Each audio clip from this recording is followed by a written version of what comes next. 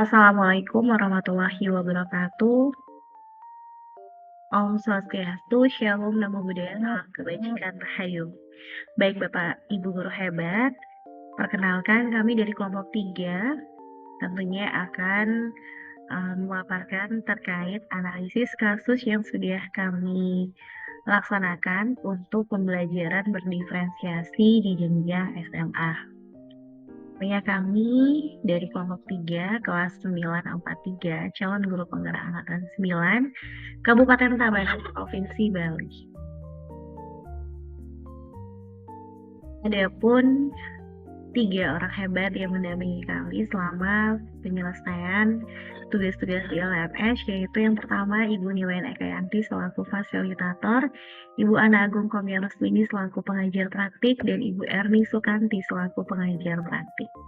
Adapun anggota dari kelompok 3, saya sendiri Dewi Anggreni Kusirasari dari SD Islam, Ibu Nigusti Ayu Putu Diani dari SD Negeri 1 dan Bantas, Bapak Iwayan Saputra dari SD Negeri 3 Sendimara, dan Ibu Wayan Supartini dari SD Negeri 1 Kesiot.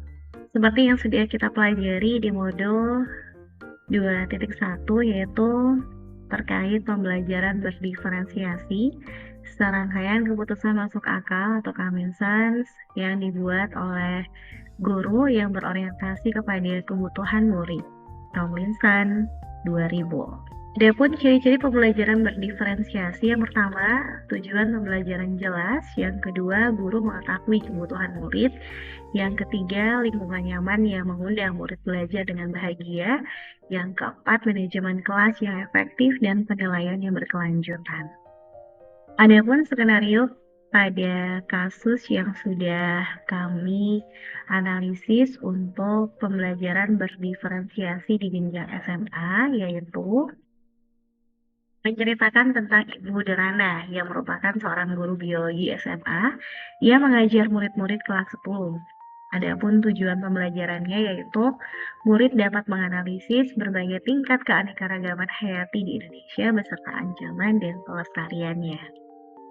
Karena situasi sedang pandemi, Bu Derana kemudian menggunakan metode flip learning, di mana sebelum pertemuan daring dengan guru, ia meminta murid-muridnya untuk mempelajari dulu materinya.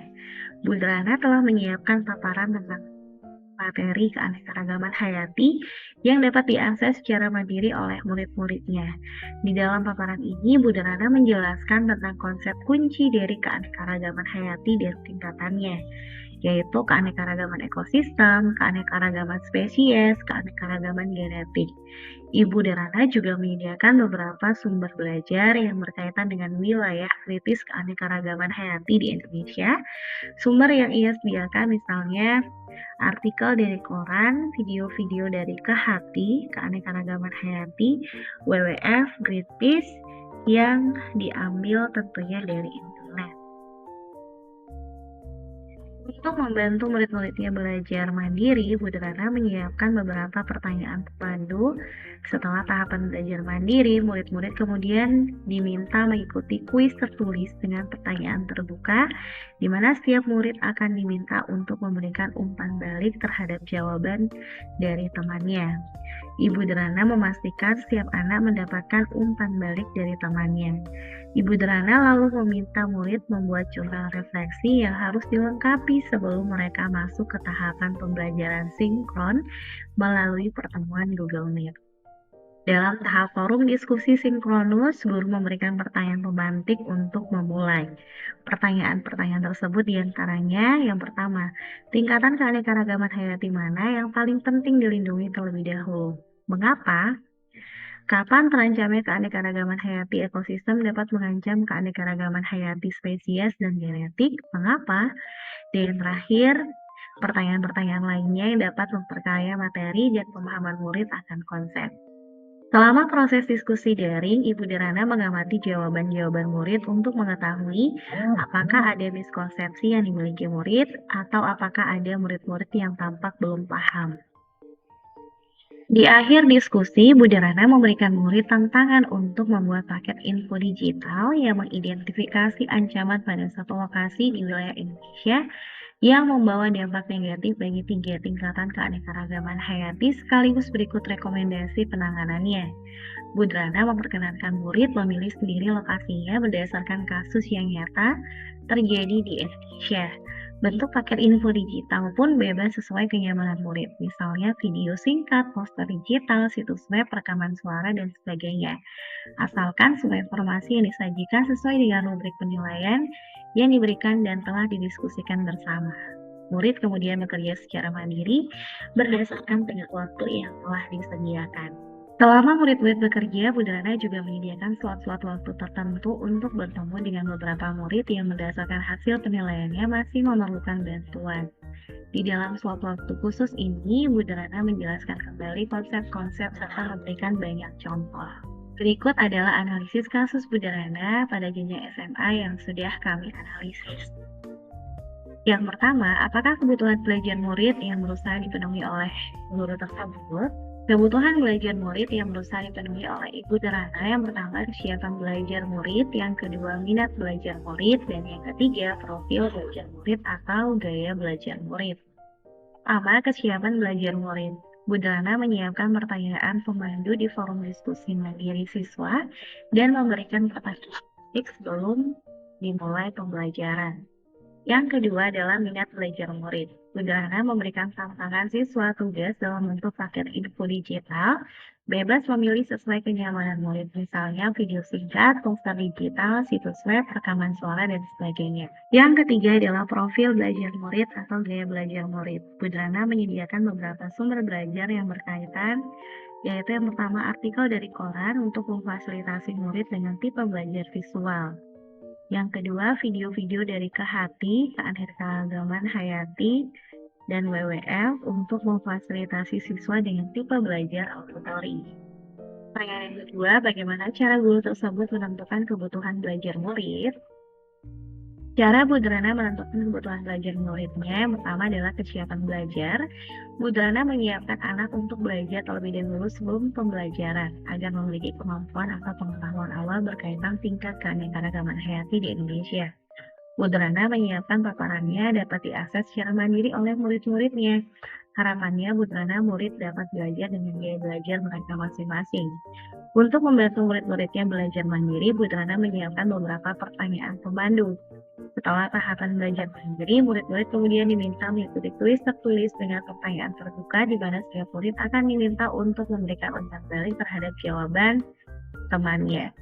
Ibu Derana memastikan setiap anak mendapatkan umpan balik dari temannya. Ibu Derana lalu meminta murid membuat jurnal refleksi yang harus dilengkapi sebelum mereka masuk ke tahapan pembelajaran sinkron melalui Google Meet.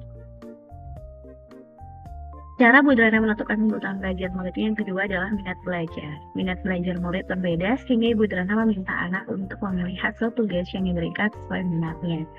Yang pertama, video singkat untuk siswa yang mampu mengkreasikan dan siswa yang mampu menggunakan aplikasi. Yang kedua, poster digital untuk siswa yang memiliki bakat seni dan desain. Yang ketiga, situs web untuk siswa yang senang menulis. Yang terakhir, rekaman suara untuk siswa yang memiliki bakat suara dan berbicara. Cara Budrana menentukan kebutuhan belajar muridnya yang ketiga dan terakhir yaitu profil belajar atau gaya belajar.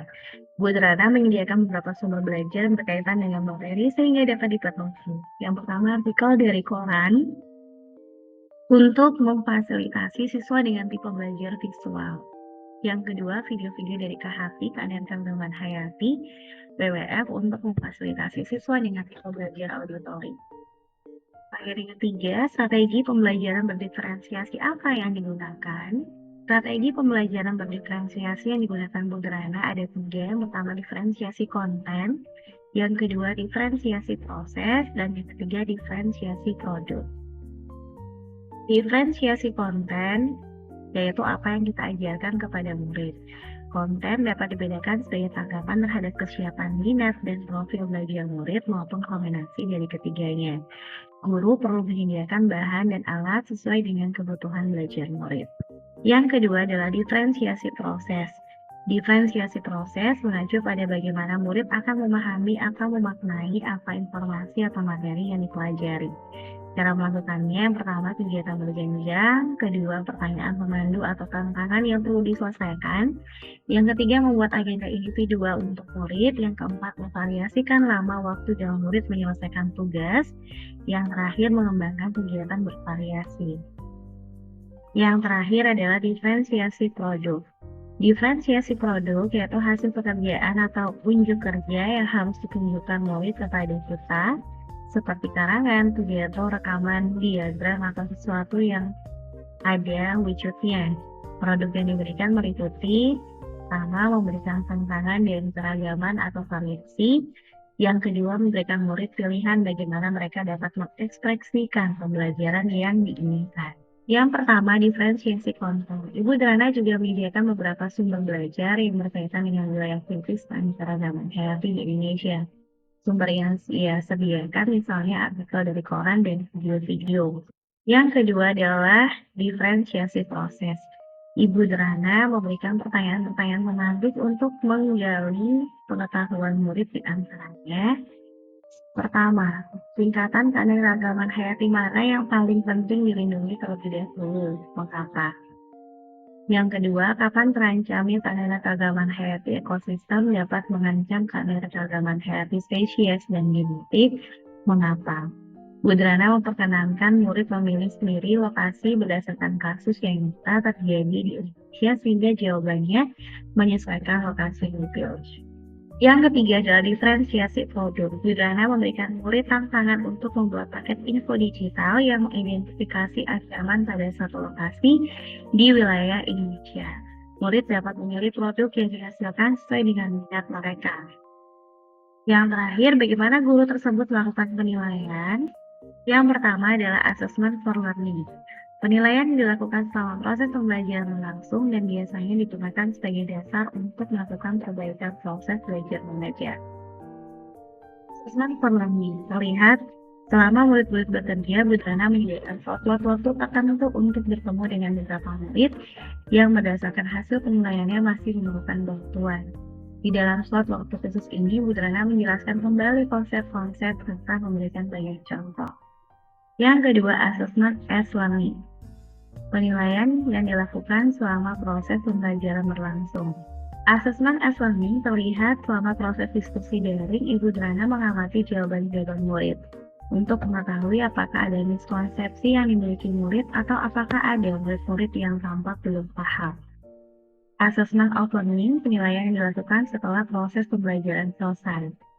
Assessment of learning terlihat pada akhir diskusi. Bu Drana memberikan murid tantangan untuk membuat paket info digital bebas sesuai dengan kenyamanan siswa, seperti video, poster, situs web, dan lain-lain. Kesimpulan yang dapat kita ambil dari diskusi kelompok, akhirnya kami paham bahwa pembelajaran berdiferensiasi adalah pembelajaran yang dibuat oleh guru yang berorientasi kepada kebutuhan individu setiap murid dan bagaimana guru merespon kebutuhan belajar tersebut. Dalam melakukan pembelajaran berdiferensiasi, perlu menggali informasi awal yang dimiliki siswa terkait kesiapan belajar siswa, minat siswa, dan profil siswa sebagai bahan pertimbangan dalam pembelajaran. Dari hasil informasi awal tersebut, selanjutnya guru menerapkan 3 strategi pembelajaran berdiferensiasi, yaitu diferensiasi konten, diferensiasi proses, dan diferensiasi produk. Dalam proses pembelajaran berdiferensiasi menggunakan berbagai pendekatan dan model pembelajaran yang sesuai dengan tetap memperhatikan kesiapan belajar, minat belajar, dan profil belajar. Selain proses pembelajaran, perlu diciptakan juga lingkungan belajar yang mendukung pembelajaran berdiferensiasi. Lingkungan yang positif, nyaman, aman, ini akan menumbuhkan potensi yang dimiliki murid dengan maksimal hingga tercapai kesuksesan bersama. Dalam proses pembelajaran tentu tidak lepas dari penilaian. Ada 3 jenis penilaian, yaitu assessment of learning, assessment for learning, dan assessment as learning. Guru perlu membuat strategi masing-masing penilaian formatif, baik pengetahuan secara tertulis, berupa kuis, atau penugasan dengan berbagai produk hasil karya maupun sumatif. Tentunya dalam proses penyusunan penilaian, tetap memperhatikan kesiapan belajar, minat belajar, dan profil belajar murid. Umpan balik. konten, proses, produk. Guru dapat melakukan salah satu atau kombinasi di antara tiga.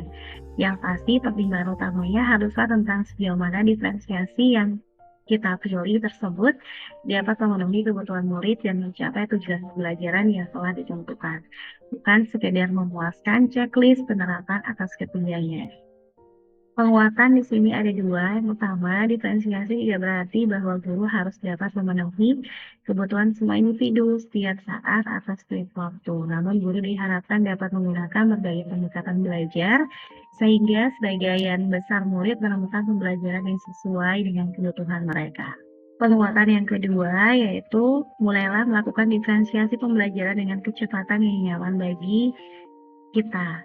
Yang paling penting adalah bahwa siswa dan guru membuat kemajuan dari titik awal masing-masing. Berikut adalah dokumentasi kegiatan ruang kolaborasi. Pertama, yaitu diskusi, dan yang kedua, yaitu presentasi.